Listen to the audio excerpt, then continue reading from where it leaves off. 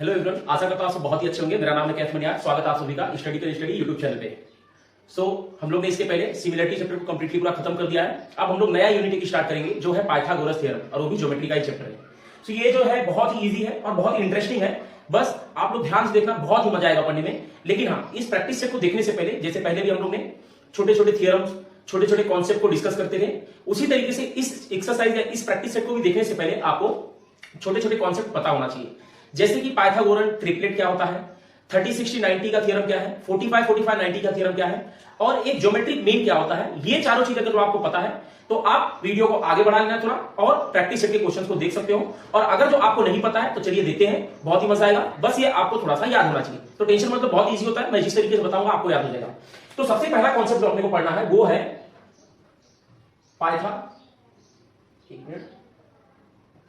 Pythagorean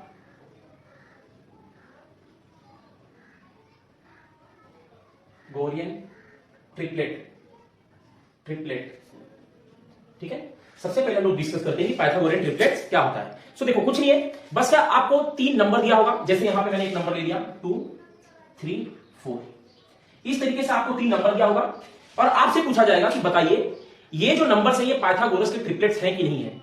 तो किस तरीके से पता चलता है मैं बताता हूं आपको। जो तीनों नंबर आपको दिया रहता है उनमें जो सबसे बड़ा नंबर दिखता है उनका स्क्वायर सबसे पहले निकाल लो। आई होप आप सबको पता होगा कि इन तीनों में से सबसे बड़ा नंबर 4 है, और किसी भी नंबर का स्क्वायर निकालने आपको आता है 4 इंटू 4 दैट इज 16।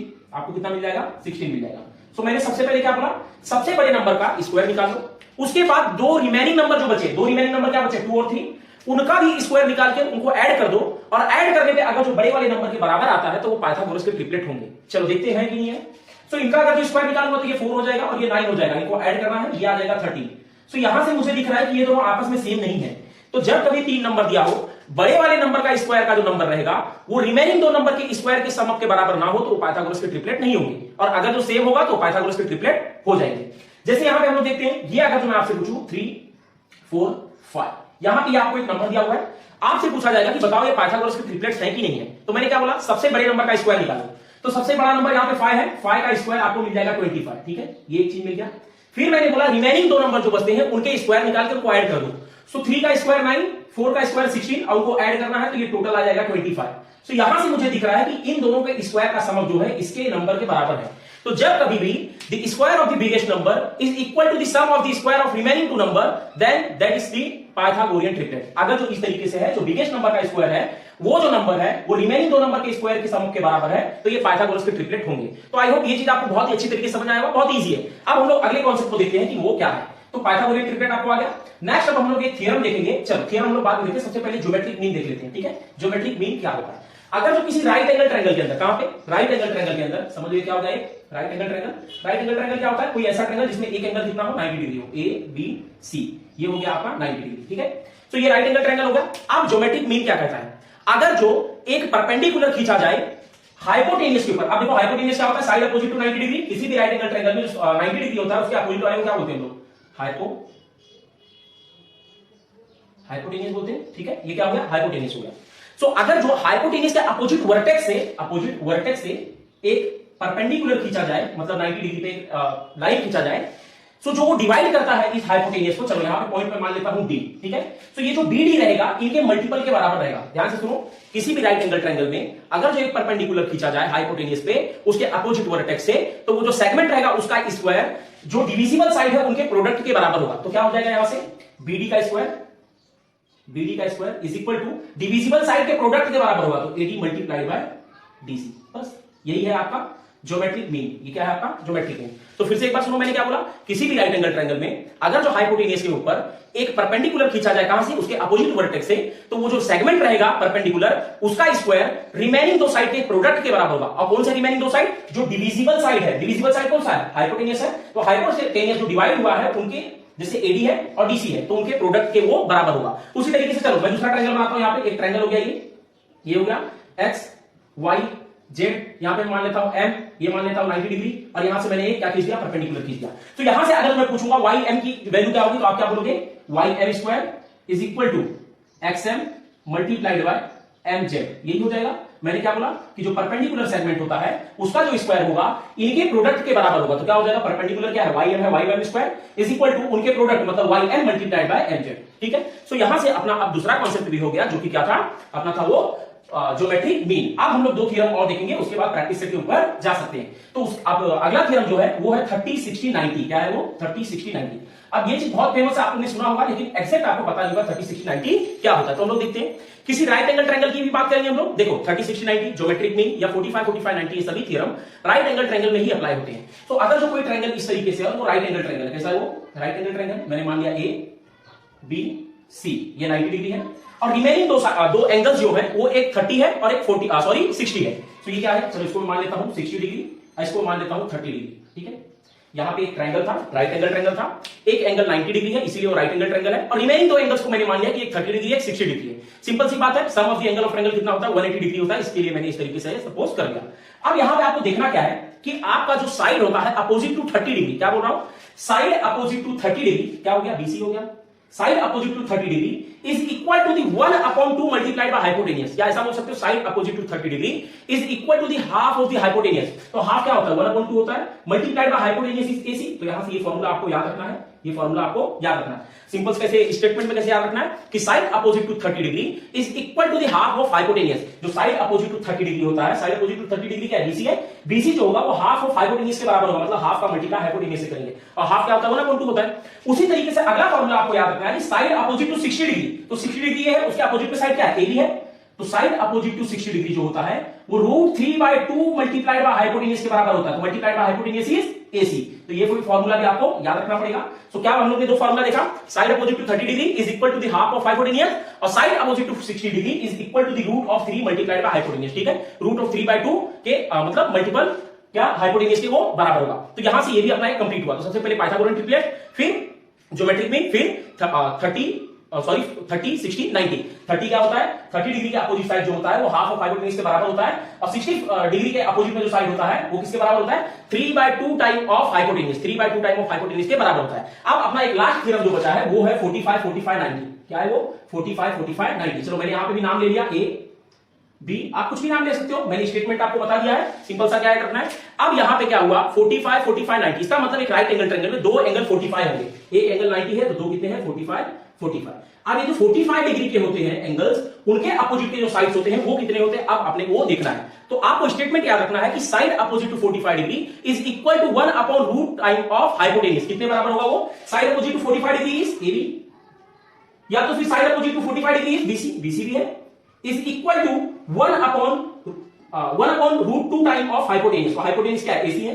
तो ये फॉर्मूला भी आपको एकदम अच्छी तरीके से याद रखना है। तो मैंने कितना फॉर्मूला बताया, सबसे पहले मैंने पाइथागोरियन ट्रिपलेट बताया। पाइथागोरियन ट्रिपलेट क्या होता है, 3 नंबर आपको दिए रहेंगे, जो बिगेस्ट नंबर रहेगा उसका स्क्वायर रिमेनिंग 2 साइड के स्क्वायर के सम के बराबर होना चाहिए, वो हो जाएगा पाइथागोरियन ट्रिपलेट, और बराबर नहीं रहेगा तो नहीं होगा। दूसरा हम लोग ने ज्योमेट्रिक मीन देखा। ज्योमेट्रिक मीन में मैंने क्या सिखाया, राइट एंगल ट्रायंगल में अगर जो हाइपोटेनियस के ऊपर, हाइपोटेनियस क्या होगा आपको पता है, राइट एंगल ट्रायंगल में 90 डिग्री के अपोजिट साइड क्या होता है, हाइपोटेनियस होता है। सो हाइपोटेनियस पे अगर परपेंडिकुलर खींचा जाए उसके अपोजिट वर्टेक्स से, तो उसका जो स्क्वायर होगा, जो डिविजिबल साइड मतलब जो हाइपोटेनियस के डिविजिबल साइड रहेंगे उनके प्रोडक्ट के बराबर रहेगा। उसके बाद मैंने आपको 30 60 90 का थ्योरम बताया। 30 60 90 में हम लोग ने क्या देखा कि 30 डिग्री के अपोजिट जो साइड होता है वो 1/2 मल्टीप्लाइड बाय हाइपोटेनियस के बराबर होता है। और उसी तरीके से 60 डिग्री में क्या देखा हम लोग ने, side opposite to 60 degree is equal to √3/2 time of hypotenuse के बराबर होगा। और 45 डिग्री में हम लोग ने क्या देखा, side opposite to 45 degree is equal to 1/√2 time of hypotenuse. तो यहां से अपना ये पूरा कंप्लीट होता है। अब हम लोग प्रैक्टिस सेट के क्वेश्चन पे जा सकते हैं। तो फटाफट इसको कॉपी कर लो आप लोग, आपको फॉर्मूला अच्छी तरीके से याद होना चाहिए। फॉर्मूले का सब यहाँ पे खेल है, अगर जो आपको फॉर्मूला याद है थोड़ा भी टेंशन लेने की जरूरत नहीं है। तो अब हम लोग प्रैक्टिस सेट के क्वेश्चन को करते हैं। सो आई होप ये चीज आपको एकदम अच्छी तरीके से याद हो गया होगा। अब हम लोग प्रैक्टिस सेट पे जा सकते हैं। सो फर्स्ट क्वेश्चन जो अपने को दिया है वो हमें कुछ नंबर दिया हुआ है, पूछा कि बताओ पाइथागोरियन ट्रिपलेट है कि नहीं है, आइडेंटिफाई करना उसमें।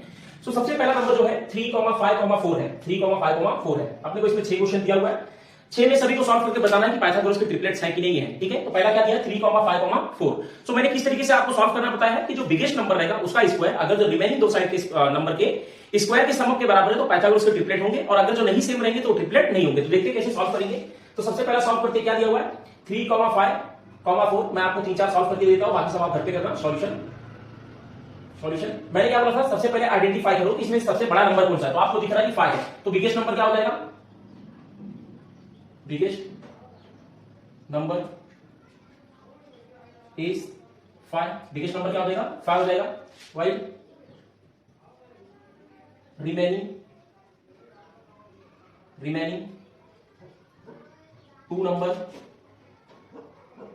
टू नंबर बी क्या है वो 3 and 4, 3,4।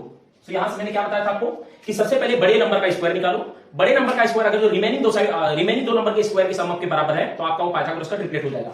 तो आप क्या करोगे 5 का स्क्वायर निकालोगे, 5 का स्क्वायर इज 25। स्क्वायर कैसे निकलता है आपको पता होगा, इसको मान लो इक्वेशन नंबर 1। एंड रिमेनिंग दो साइड क्या है 3 का स्क्वायर प्लस 4 का स्क्वायर इज इक्वल टू 3 का स्क्वायर 9, 4 का स्क्वायर 16, ये आपको मिल जाएगा 25। इसको मान लो इक्वेशन नंबर 2। सो आपको इक्वेशन नंबर 1 और 2 से देखने मिल रहा है कि इनका जो स्क्वायर है वो इन दोनों रिमेनिंग स्क्वायर के सम के बराबर है। तो क्या लिखोगे from equation 1 and 2 square of, आपको ये रीजन हमेशा लिखना है, बुक में आपको दिया है, square of biggest number is equal to sum of square of remaining two number. तो यहां से मैंने क्या बोला था कि अगर जो आपका बड़ा नंबर है उसका स्क्वायर रिमेनिंग दो साइड के नंबर के स्क्वायर के सम के बराबर है तो आपका पाइथागोरन ट्रिपलेट हो जाएगा। तो यहां से आपको क्या दिख रहा है from equation number 1 and 2, equation number 1 और 2 से देखने मिल रहा है कि इनका जो स्क्वायर है इनके स्क्वायर से बराबर है। तो square of the biggest number is equal to the sum of the square of remaining two number, therefore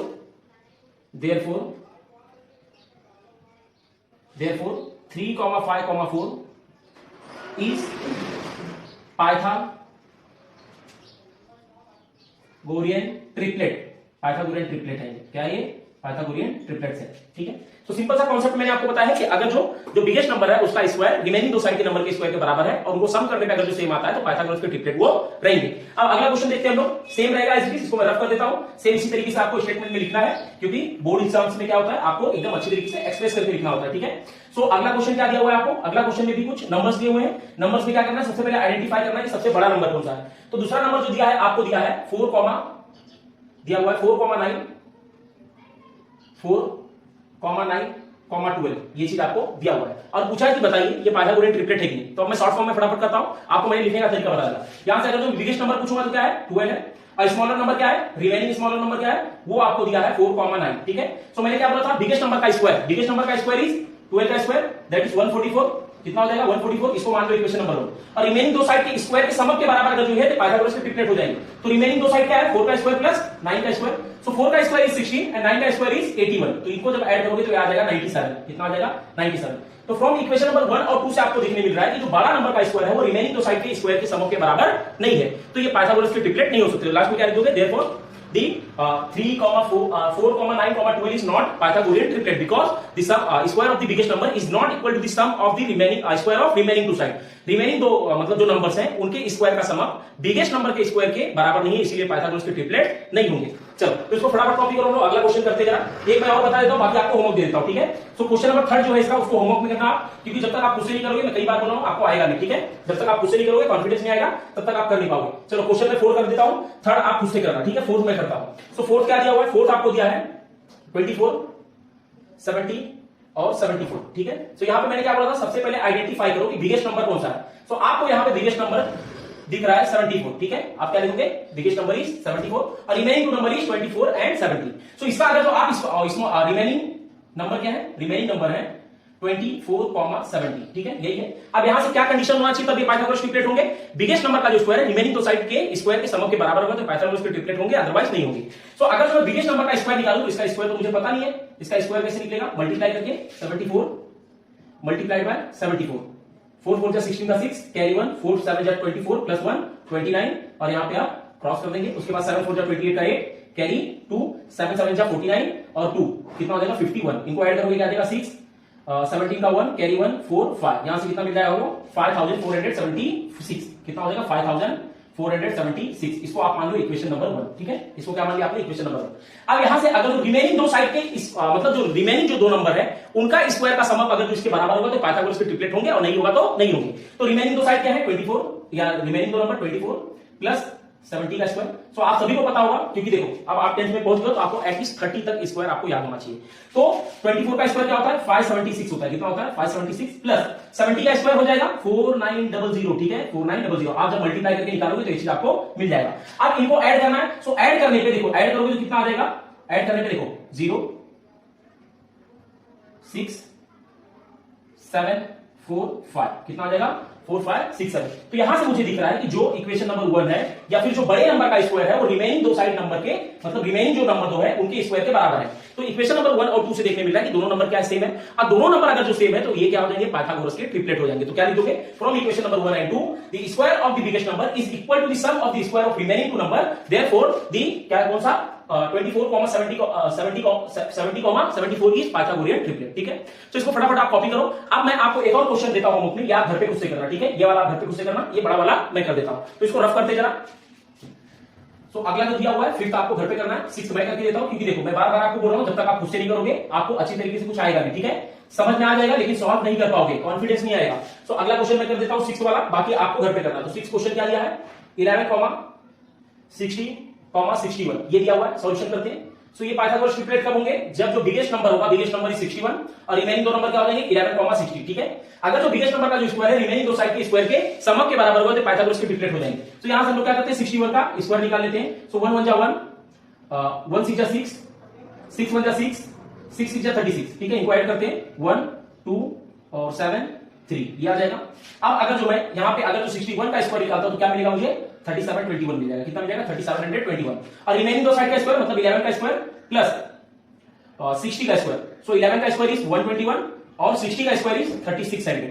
सो इनको जब आप ऐड करोगे तो ये आपको मिल जाएगा 3721। कितना मिल जाएगा? तो देखो ये 1 ऐड हो गया, ये 2 ऐड हो जाएगा, 6 + 1 इज 7 और 3 इज 3। तो यहां से आपको देखने मिल रहा है कि ये नंबर इसके बराबर है। तो मैंने बोला था जब कभी भी जो बिगेस्ट नंबर होगा उसका जो स्क्वायर है रिमेनिंग दो साइड के नंबर के स्क्वायर के बराबर होगा तो वो सेट ऑफ नंबर या वो नंबर आपका पाइथागोरियन ट्रिपलेट हो जाएगा। तो आप रीजन क्या लिखोगे? From equation number 1 and 2 the square of the biggest number is equal to the sum of the square of remaining two number, therefore 11, 60, 61 is Pythagorean triplet. ठीक है, तो इसको फटाफट कॉपी करो। आई होप आपको बहुत अच्छी तरीके से समझ में आ रहा होगा। अब हम लोग अगले क्वेश्चन को करते हैं। ठीक है, चलो इसको मैं रफ कर देता हूं। सो अगला क्वेश्चन आपको एक ट्रायंगल बना के दिया हुआ है, वहां पे आपको कुछ वैल्यूज को फाइंड आउट करना है। ठीक है, ट्रायंगल बना के आपको दिया हुआ है।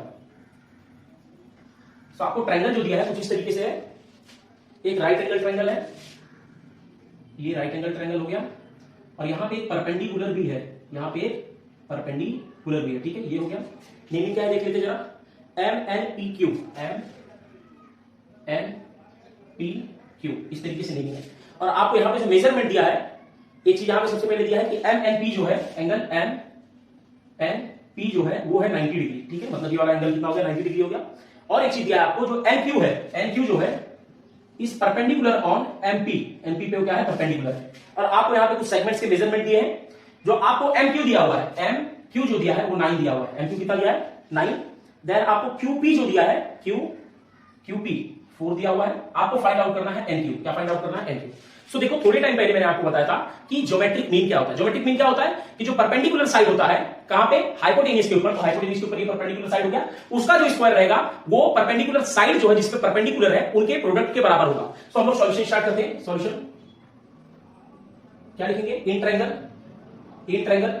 MNP angle MNP is equal to 90 degree. ये चीज अपने को गिवन दिया हुआ है। ठीक है, ये चीज अपने को गिवन दिया हुआ है।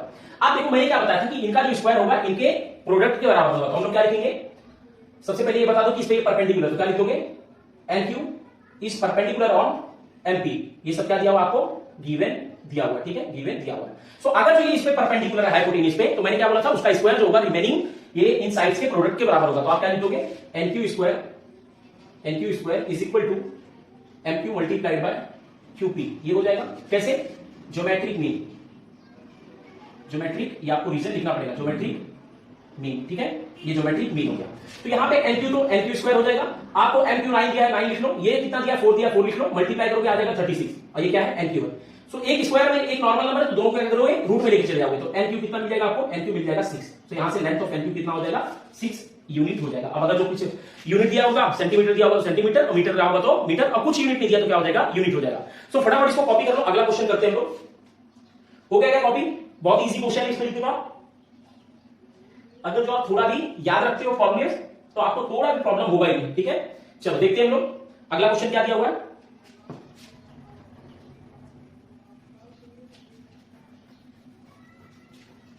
अगला क्वेश्चन कुछ ट्रायंगल्स बनाया हुआ है। ठीक है, तो ये भी राइट एंगल ट्रायंगल है।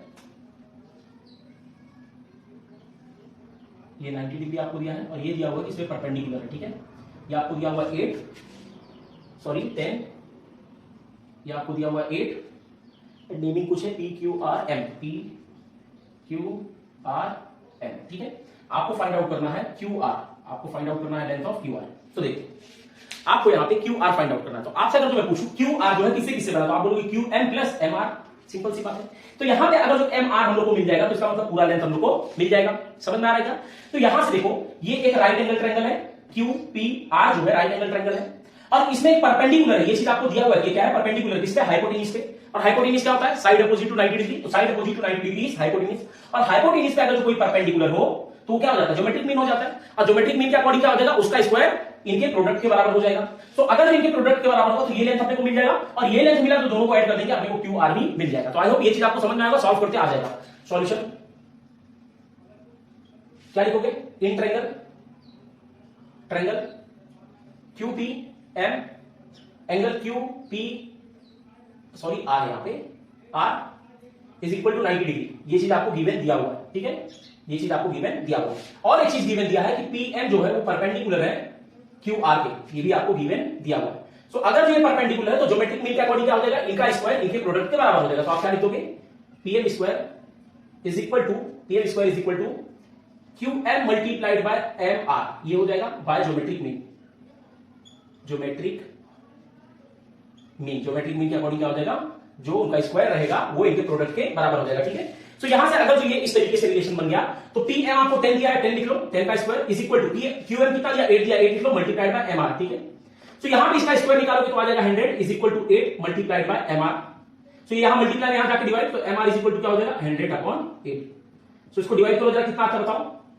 MR इज इक्वल टू आ जाएगा 8 1 जा 8, 2 बचेगा, 8 2 जा 16। चलो इसको डिवाइड करो, 2 4 जा 8, 2 5 जा 10, यहां 50 बचा, 4 1 जा 4, 4 1 जा 4, कितना 1 बचा, 4 2 जा 8, 2 बचा 12.5 आ जाएगा। आंसर कितना आ जाएगा? 12.5। सो यहां से आपको MR की वैल्यू कितनी मिल गई? MR आपको मिल गई 12.5। सो आपको क्या MR की वैल्यू चाहिए? नहीं, आपको QR की वैल्यू चाहिए। तो देखो आपको QR जो है अगर मैं पूछूं किससे बना है तो आप बोलोगे QM और MR से बना है। और ये कैसे? कोलिनियर है। क्या है कोलिनियर? कोलिनियर क्या होता है? ऐसे सभी पॉइंट्स जो एक लाइन में आते हो। तो हम लोग क्या लिखेंगे? यहां पे मैं सॉल्व करना स्टार्ट करता हूं। क्या लिखोगे? QR is equal to QM plus MR। QMR is collinear. ठीक है, ये कैसे है? कोलिनियर है। सो यहां पे QR क्या हो जाएगा? QR is equal to MQ कितना दिया? 8 दिया है, प्लस 12.5 दिया है। सो इनको आप ऐड कर दोगे तो आपको मिल जाएगा 20.5। सो यहां से आपको क्या मिल जाएगा? QR की वैल्यू मिल जाएगी 20.5।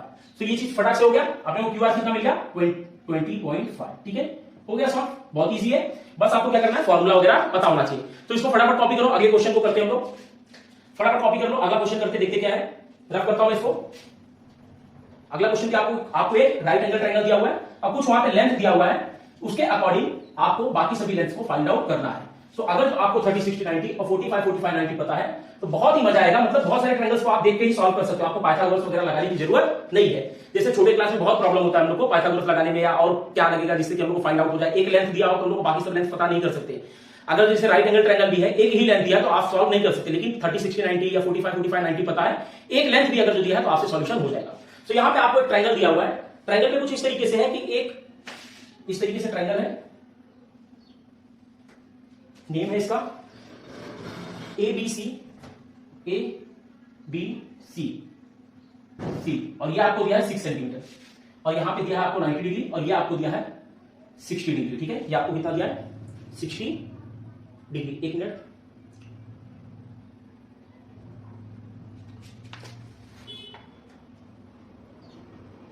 सॉरी, वो आपको दिया है 30 डिग्री। तो आपको बाकी सभी लेंथ को फाइंड आउट करना है, AC और ये BC को आपको फाइंड आउट करना है। तो देखते होता है क्या, देखते हैं। और एक मिनट, यहां पे आपका जो नेमिंग जो है वो भी अलग है, एबीसी नहीं है, वो SRP है। एस है यहां पे SR और यहां पे है P। आपको फाइंड आउट करना है SP इक्वल टू क्या होगा और RP इज इक्वल टू क्या होगा, ये चीज आपको फाइंड आउट करना है। तो सबसे पहले बताओ क्या ये राइट एंगल ट्रायंगल है ना, ये क्या है, राइट एंगल ट्रायंगल। तो हम लोग क्या लिखेंगे, सॉल्यूशन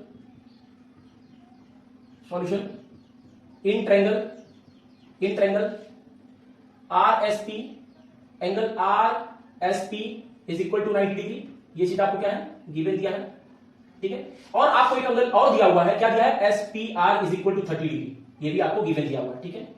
सो अगर जो दो एंगल पता है आपको, तो क्या तीसरा फाइंड आउट कर सकते हो, तीसरा फाइंड आउट हो जाएगा कि कैसे, देखो angle S plus angle R plus angle P is equal to 180 degree. क्यों, sum of the angle of triangle, sum of the angle of triangle, sum of the angle of triangle से क्या होता है, किसी भी ट्रायंगल के सभी angles को, तीनों एंगल को ऐड करोगे कितना आता है, 180 आता है। सो आपको S कितना दिया है, 90 दिया है, 90 लिख लो। R कितना दिया है आपको, R कुछ नहीं दिया है, R लिख लो। P कितना दिया है, P 30 दिया है, 30 लिख लो, इज इक्वल टू 180। एक को ऐड करोगे कितना आ जाएगा, 120 आ जाएगा, plus angle R is equal to 180 degree. ये यहां प्लस में आ जाके minus, so R is equal to 180 minus 120। So यहां से कितना मिल जाएगा, R is equal to 60 degree. R कितना मिल गया आपको, 60 डिग्री। सो सभी एंगल्स आपको फाइंड आउट हो गया। तो आपको एंगल नहीं फाइंड आउट करना था, आपको सेगमेंट फाइंड आउट करना है। लेकिन अगर जो एंगल और सेगमेंट का रिलेशन आपको पता है तो फटाक से फाइंड आउट हो जाएगा। मैंने आपको देखो यहां पे 30 है, 30 के अपोजिट वाला साइड दिया, आपको हाइपोटेन्यूज फाइंड आउट करना है और ये वाला साइड फाइंड आउट करना है। तो मैंने बोला था साइड अपोजिट टू 30 डिग्री क्या होता है, हाफ ऑफ द हाइपोटेन्यूज। तो आप क्या लिखोगे, यहां पे मैं सॉल्व करता हूं, चलो यहां पे करता हूं, ठीक है। क्या हो जाएगा, SR is equal to half of the hypotenuse. Hypotenuse क्या है आपका, है RP है हाइपोटेन्यूज, ठीक है। यहां पे क्या लिखोगे, साइड, क्यों आपने ऐसा लिखा, side opposite to 30 degree, side opposite to 30 degree, ठीक है। ये रीजन हो गया इसका। सो SR आपको कितना दिया, 6 दिया, 6 लिख लो, 1/2 की जगह पे 1/2 मल्टीप्लाइड बाय RP, ठीक है। मल्टीप्लाइड बाय क्या है, RP। सो आपको RP चाहिए, ये यहां डिवाइड में आ जाके मल्टीप्लाई, तो RP इज इक्वल टू क्या हो जाएगा, RP is equal to 2L मिल जाएगा। तो यहां से मुझे RP मिल चुका है, ये कितना मिल गया, 2L मिल गया। अब एक और रिलेशन मैंने बताया था कि साइड अपोजिट टू 60 डिग्री क्या होता है, ये कितना है, 60 डिग्री है, ये कितना है, 60 डिग्री। तो साइड अपोजिट टू 60 डिग्री मैंने आपको बताया था रूट 3/2 मल्टीप्लाइड बाय हाइपोटेन्यूज के बराबर होता है। तो मैं यहां पे सॉल्व करूं, चलो यहां पे मैं सॉल्व कर देता हूं, आपको एकदम सीरीज में लिखना है, ये पहले फिर ये, चलो ये रहेगा पहले नंबर पे, देन ये सॉल्यूशन, देन यहां पे जो करूंगा वो सॉल्यूशन। तो साइड अपोजिट टू 60 डिग्री क्या होता है, side opposite to 60 degree, side opposite क्या है 60 डिग्री के, SP है, is equal to root 3/2 multiplied by hypotenuse, hypotenuse is 12। तो यहां पे रीजन क्या लिखोगे, साइड अपोजिट टू 60 डिग्री, ये रीजन हो गया। सो यहां से देखो SP चाहिए आपको, SP की जगह पे SP, ये 2 कैंसिल हो जाएगा, कितना बचेगा, ये यहां पे आपको बच जाएगा 2 1 2 2 6 12 6√3 बच जाएगा, कितना बच जाएगा 6√3। तो यहां से आपको दोनों साइड मिल गया, ये कितना है 6√3, ठीक है। यहां से आपको सभी सेगमेंट्स मिल गए। तो फटाफट इसको कॉपी करो, अगला क्वेश्चन हम लोग करते हैं एक्टिविटी क्वेश्चन, फटाफट इसको कॉपी कर लो। चलो रफ कर लो, फिफ्थ जो है एक्टिविटी के फॉर्म में है। यहां पे आपको बॉक्स को जो जिस तरीके का भी इंस्ट्रक्शन दिया है उसके अकॉर्डिंग फिल करना है। तो मैंने पहले भी आपको बताया है कि एक्टिविटी के क्वेश्चंस में आपको एक्स्ट्रा दिमाग क्वेश्चन लगाना है, जिस तरीके का भी इंस्ट्रक्शन दिया है उसके अकॉर्डिंग आपको सॉल्व करना है। सो क्वेश्चन देख लेते क्या है, क्वेश्चन इस तरीके से कि ट्रायंगल, राइट एंगल ट्रायंगल है ABC, जिसमें कि AB is equal to BC है, मतलब ये दोनों साइड कैसे हैं, सेम है। इनके हाइपोटेन्यूज का जो लेंथ है वो रूट टाइम ऑफ 8 है, मतलब रूट 8 दिया हुआ है, ठीक है। सो इन सभी बॉक्स को फिल करना है। तो देखो यहां से सबसे पहले हम लोग कुछ कंक्लूजन निकालते हैं, इसका मतलब क्या हुआ। ये राइट एंगल ट्रायंगल है क्योंकि यहाँ पे 90 डिग्री है, तो इसका मतलब ये हाइपोटेन्यूज हो गया, ठीक है। यहां पे ये दोनों साइड सेम है, इसका मतलब ये आइसोसेलेस राइट एंगल ट्रायंगल है। आपने आइसोसेलेस ट्रायंगल पढ़ा होगा, ऐसे ट्रायंगल जिसमें दो साइड सेम हो। तो ये क्या ऐसा ही ट्रायंगल है जिसमें दो साइड सेम है, एंगल्स का रिलेशन मत देखो, दो साइड कैसे सेम है, और ये 90 डिग्री भी है, इसका मतलब ये आइसोसेलेस राइट एंगल ट्रायंगल हो गया, ठीक है। अब यहां पे आपसे पूछा है कि बताइए इसका लेंथ क्या होगा, AB और BC का लेंथ क्या होगा। सो एक चीज आपको याद रखना है कि right isosceles right angle triangle में जो एंगल्स होते हैं 90 डिग्री को छोड़कर रिमेनिंग वो 45 डिग्री होते हैं। तो ये कितना हो जाएगा 45 डिग्री और ये कितना हो जाएगा 45 डिग्री, ठीक है। कितना हो जाएगा 45 डिग्री। चलो अब सॉल्व करते हैं, और सिंपल सी बात है आपको दिया हुआ कि गिवन की सेम है। तो यहां पे क्या लिखा है, segment AB is equal to BC, ये दोनों क्या है सेम है, क्यों, क्योंकि आपको गिवन दिया हुआ। तो यहां पे क्या लिख दोगे गिवन ना, उसके बाद क्या दिया एंगल BAC, एंगल BAC कितना है 45 है, यहां पे लिख दोगे 45 डिग्री। मैंने आपको बताया 45 डिग्री क्यों होता है, आइसोसेलेस राइट एंगल ट्रायंगल अगर जो हो तो उसमें जो दो साइड्स होते हैं 45 डिग्री के होते हैं और एक 90 डिग्री का होता है, ठीक है। तो यहां से दिया है angle segment AB is equal to BC, simple सी बात है, दोनों क्या है सेम है, इसके लिए क्या दिया है इज इक्वल टू क्या हो जाएगा। अब ये बात बताओ 45 डिग्री है, तो साइड अपोजिट टू 45 डिग्री क्या होता है 1/√2 मल्टीप्लाइड बाय हाइपोटेन्यूज। तो यहां पे क्या है साइड अपोजिट टू 45 डिग्री क्या हो गया, AB हो गया, side opposite to 45 degree BC हो गया। उनके वो किसके इक्वल रहेंगे, 1/√2 मल्टीप्लाइड बाय हाइपोटेन्यूज, मतलब AC के बराबर होंगे, ठीक है, यही हो जाएगा। सो यहां पे हम लोग इस बॉक्स में क्या लिखेंगे, 1/√2 मल्टीप्लाइड बाय आगे AC आपको दिया हुआ है। तो आपको AC की वैल्यू जो है कितना है, वो √8 है, तो यहां पे क्या आ जाएगा 1/√2। अब इनको आपको क्या करना है, सॉल्व करना है। तो सबसे पहले ये सोचो कैसे आएगा, ये कितना है, √8 है, तो क्या मैं √8 को 4 मल्टीप्लाइड बाय √2 लिख सकता हूं। और आपको पता है रूट के अंदर अगर जो 4 तो बाहर क्या हो जाता है, 2 हो जाता है, अंदर क्या बचेगा, √2 बचेगा, ठीक है। नहीं समझ में ऐसे देखो, √8 को क्या मैं इस तरीके से लिख सकता हूं, 2 मल्टीप्लाइड बाय 2 मल्टीप्लाइड बाय 2 लिख सकता हूं कि नहीं। और जो दो नंबर कॉमन हो वो बाहर आ जाते हैं स्क्वायर रूट निकालते हैं समय, तो यहां पे 2 आ जाएगा और ये क्या बचेगा, √2 बचेगा। तो इसको सॉल्व करने पे आएगा और यहां पे क्या आएगा 1/√2। तो ये मल्टीप्लाई में है, √2 कैंसिल, बचा कितना 2, तो यहां से AB की वैल्यू कितनी हो जाएगी, therefore AB is equal to BC is equal to 2 आ जाएगा, कितना आ जाएगा 2, ठीक है। यहां से क्या मिलेगा आपको 2। तो यहां पे ये एक्टिविटी अपना क्वेश्चन खत्म हुआ। अब देखो मैं एक चीज आपको बताता हूं, इस प्रैक्टिस सेट के अंदर एक ही एक्टिविटी क्वेश्चन है और मैं आपको बोलता हूं ये क्वेश्चन बहुत इंपॉर्टेंट है, बोर्ड में आने के चांसेस बहुत ज्यादा है, ठीक है। सो इसको आप ध्यान से करना, जरा बार बार प्रैक्टिस करना इन सभी क्वेश्चन को। आज हम लोग इतना ही देखेंगे, नहीं तो वीडियो बहुत बड़ा हो जाएगा। सो लेंथी वीडियो रहेगा तो मजा नहीं आता ना आप लोगों को देखने, सीरीज वगैरह बराबर देखने होता है। सो अब हम लोग क्या करते हैं, यहीं पे स्टॉप करते हैं इस वीडियो को। अगले लेक्चर में हम लोग इस प्रैक्टिस सेट को कंप्लीट करेंगे और अगले 2 लेक्चर में ये चैप्टर आपका खत्म हो जाएगा, ठीक है। बहुत ईजी चैप्टर है ये, आपको बस क्या फॉर्मूला याद होना चाहिए, चैप्टर खत्म हो जाएगा। और ये 8 से 10 मार्क्स का ये चैप्टर है, ठीक है। सो आई होप आपका पढ़ाई बहुत ही अच्छा चल रहा होगा, पढ़ाई करते रहो, ऑल द वेरी बेस्ट। और आपको अगर जो वीडियो थोड़ा भी अच्छा लगता है, हेल्पफुल लगता है, तो आप लोग अपने फ्रेंड से, रिलेटिव से, या फिर जिसको भी इस वीडियो की नीड है उनसे शेयर करो, सपोर्ट करो जरा, क्योंकि आपको पता है आपका सपोर्ट है तो हम है, ठीक है। सो पढ़ाई करते रहो, all the very best, thank you so much.